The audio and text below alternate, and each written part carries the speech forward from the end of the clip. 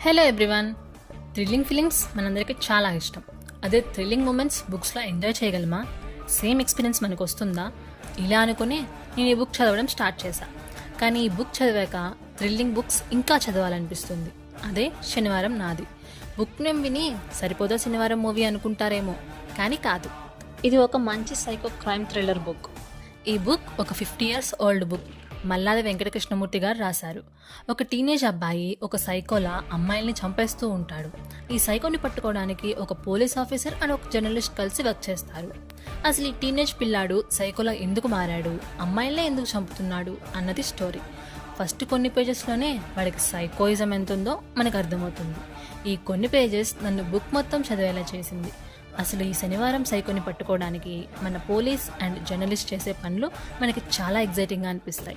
మంచి thrilling stories ఇష్టం ఉన్న వాళ్ళకి ఈ బుక్ చాలా బాగా నచ్చుతుంది. మీరు ఈ బుక్ చదివి ఉంటే మీకు ఎంత ఇంట్రెస్టింగ్గా అనిపించిందో కమెంట్స్లో మాకు చెప్పేయండి. Thank you.